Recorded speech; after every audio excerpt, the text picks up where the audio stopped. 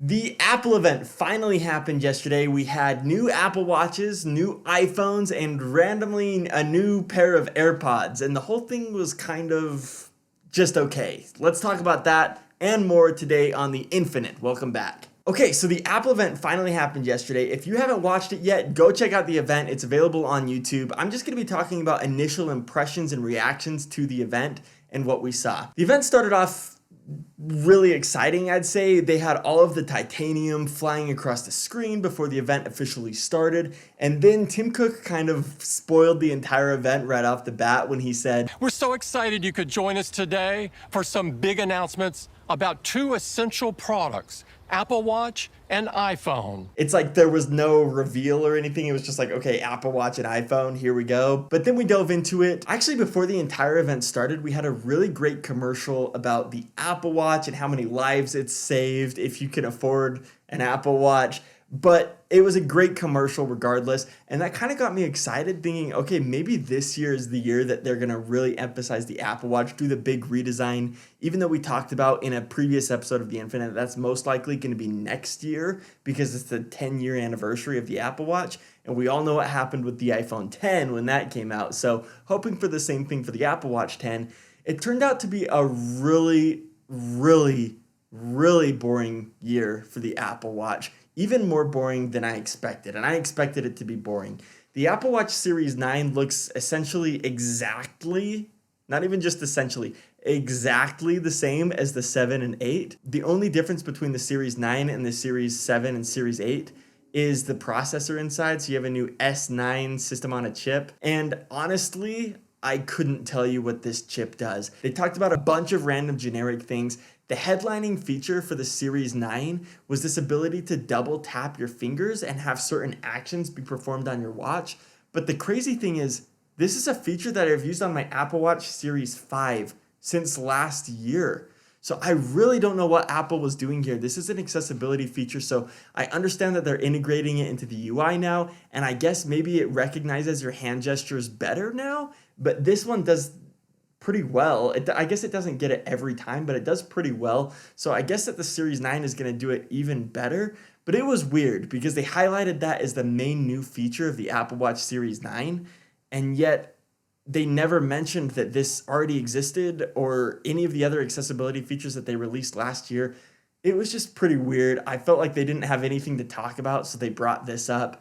And overall, I just didn't get it. I didn't get the vibe for the Apple Watch Series 9. So then we hop over to the Apple Watch Ultra 2, and I was like, okay, here we go. Like, maybe we'll get something new here. We really didn't. Again, there were a bunch of little things, such as precision finding, for example, so that you can find your iPhone better with your Apple Watch with new precision sensors. But like, it's not that crazy. And the Apple Watch Ultra 2 basically got the exact same upgrade as the Apple Watch Series 9, which is to say a new chip inside, plus this random precision finding feature, which is nice, I admit, but you wouldn't upgrade for this. You would never upgrade for this. The one other thing that I should definitely mention about both Apple Watches is that they both can go brighter now. So now the Apple Watch Ultra 2 can go up to 3,000 nits, which is really substantial. Again, you wouldn't upgrade for it, but that is actually a pretty good feature. I'll give credit there. That's actually cool. But other than that, the Apple Watch Ultra 2 is exactly the same as the Apple Watch Ultra, and it doesn't even come with the new titanium colors that we predicted iPhone 15 Pro was going to be doing this year. So it's only the exact same brushed titanium, no darker metal, which was really disappointing. So again, maybe next year, but as far as the Apple Watch front goes, it was really underwhelming. And I know that we have Quinn Nelson over here saying that he was perfectly whelmed. I am actually perfectly whelmed. Not blown away, but fine. But I have to disagree. The event was extremely underwhelming. There were a bunch of little features which I guess are good, and like they push us along towards better and better products as time goes on. But overall, there was no headlining feature, and I felt like Apple was just scrambling for things to try and talk about, and none of them were really new features, and that perfectly shows with the double tap feature that has already existed for a long time, and you're going to see that again when I talk about the iPhones. So let's get to the iPhones, just like that. First, we have the iPhone 15.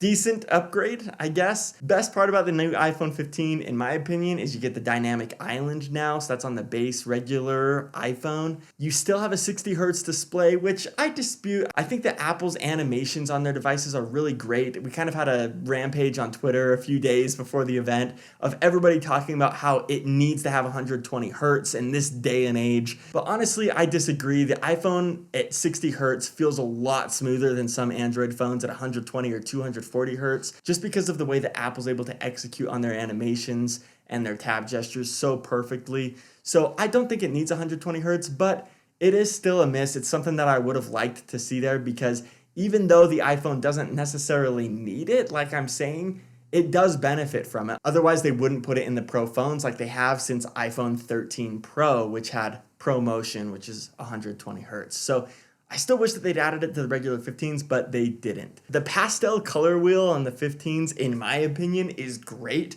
I know that a lot of people don't love it because they all look really washed out. I agree with you, they look washed out. I also think that they look awesome. I love kind of like the Easter pastel color vibe on the iPhone 15s. And again, I wish that the Pros came in the colors of the regulars, because the regular colors are always more fun and playful and the Pros just are super muted. But I'll wait until we get to the Pros to talk about that. Other than that, the iPhone 15 did not see huge upgrades at all. It's basically the exact same phone. So with that, let's move on to the iPhone 15 Pro. This is the one that I'm going to be ordering and getting. I'll be unboxing it as soon as I get it next week, so make sure to subscribe to the channel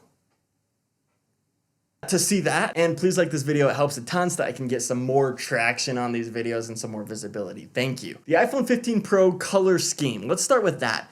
It is remarkably bland, unfortunately. It's also really unfortunate to see that the new iPhone 15 Pro in black looks a lot like my current iPhone 12 Pro, which I talked about a couple weeks ago was a huge downside of my 12 Pro. As you can see, it just looks really washed out. It's not like a deep color of black or anything like that. It's like this greenish gray. The iPhone 14 Pro fixed that color scheme with space black, and it was a lot darker, it looked a lot better. But I've also seen some videos of people who got to be hands-on with the 15 Pro, where the 15 Pro does actually look darker, so I'll have to see what it looks like in person, but it was kind of disappointing. And then you have gray, slightly darker gray, and some shade of blue that I can't quite pick out. And that's your color scheme for the Pro iPhones this year. It's basically dark gray, light gray, and bluish, which is a little bit disappointing. I wish that they'd be a little bit more adventurous. I am excited about the blue color. I think that that's the best color this year, and that's the one that I'm going to be getting and unboxing next week. I like that they did blue. I just wish that they would branch out a little bit on the colors. Okay, enough about the colors. The iPhone 15 Pro also got the action button, which is great, as we talked about. The UI for selecting what you want your action button to do is top-notch. It's awesome. I don't know if it feels very Apple-like, but it feels like a direction that I'd like Apple to go in, because it looks really great. It's like rendered with the GPU on the system, and it's this whole big 3D animation. It's really awesome. The action button is really customizable, and thank heaven you can even assign a shortcut to the action button, which means you can do basically anything you want with the action button, which is great. I was worried that they weren't going to include shortcuts on there, and then it would just be some very specific things that Apple lets you do with it, but no. You can assign it to a shortcut, which means it can do anything, which is a huge win, and I think it's going to be a great product. Other than that, the GPU in the iPhone 15 Pro is also upgraded, and there's some AAA games actually coming to the iPhone 15 Pro by the end of the year or early next year. Some of those games are Death Stranding, Assassin's Creed Mirage, Resident Evil Village, and Resident Evil 4. So all of those AAA games are going to be coming to the iPhone, which is honestly pretty sweet. Usually we get games on the iPhone. I wouldn't say great games, but these are legit full AAA games, not remakes or slimmed down versions or anything, apparently, that are coming to the iPhone. And thanks to the new A17 Pro chip in the phone, which is the first time Apple's applied the Pro moniker to one of their phone chips, this is all going to be possible. There's going to be ray tracing in the game. It looks really great, actually, so that's something that I'm excited about. I think it'll be great. If you get the iPhone 15 Pro Max, you don't get a periscope camera like we thought you might get, but you do get a tetraprism camera, which is essentially a 5x zoom lens on the camera. It's more zoom than the iPhone has ever had. It looks great. Again, it's only available on the Pro Max, So you're gonna have to spend an additional $200 to get the Pro Max. That's right, not $100 this year, but $200. Yes, it does come with twice as much base storage as the Pro, but it feels like a way to justify some other things, and I think that Apple's moving towards a higher price tag in general. So the Pro Max now starts at $1,200 as opposed to $1,100. You also get slightly more rounded edges on the iPhone 15 Pro, and I should mention you do get titanium now as well, which is great. Again, something we knew was coming, something that I'm excited for. Apparently it's a lot lighter, so that's something that I'm looking forward to. I think that the surgical grade stainless steel is still my preference on the iPhone series, as opposed to what we now have, which is like the Mars rover titanium finish. As far as appearance goes, I think that the stainless steel probably is a little bit preferable to me, but the titanium does look good, something exciting. Plus, yeah, it's grade 5 titanium that they used on the Mars rover. But other than that, again, Apple talked about a lot of features that have already been announced for the 15 Pro. I showed this diagram and figured that if you combine the two titanium tiles here, 50% of these things already exist in the iPhone. Things on this graphic are things like ceramic shield, always on display, all-day battery life, which, if I remember right, the battery life didn't even improve in the 15 from the 14, so I don't know why you would put that on here. Again, dynamic island, pro motion, about half of these things already exist on the iPhone, and the graphic isn't even that full of items anyways. I've seen graphics like this before that have a lot more tiles on them. So this is already a small graphic, and they repeat about 50% of the things that aren't even new features. So anyways, it just kind of was an underwhelming event to me. And that's where I'm going to stake my claim, is that the event was underwhelming, which is unfortunate, but still some things to look forward to. They did mention Apple Vision Pro, although not nearly as much as I thought they would.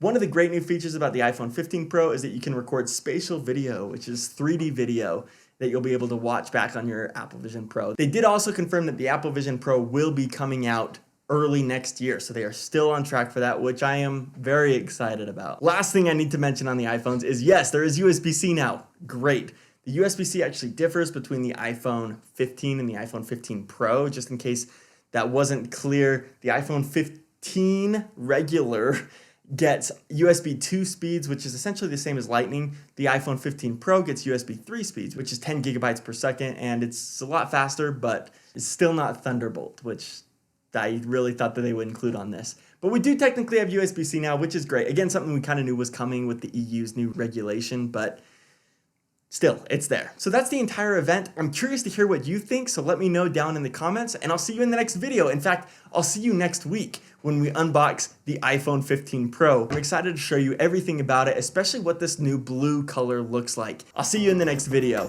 Peace out.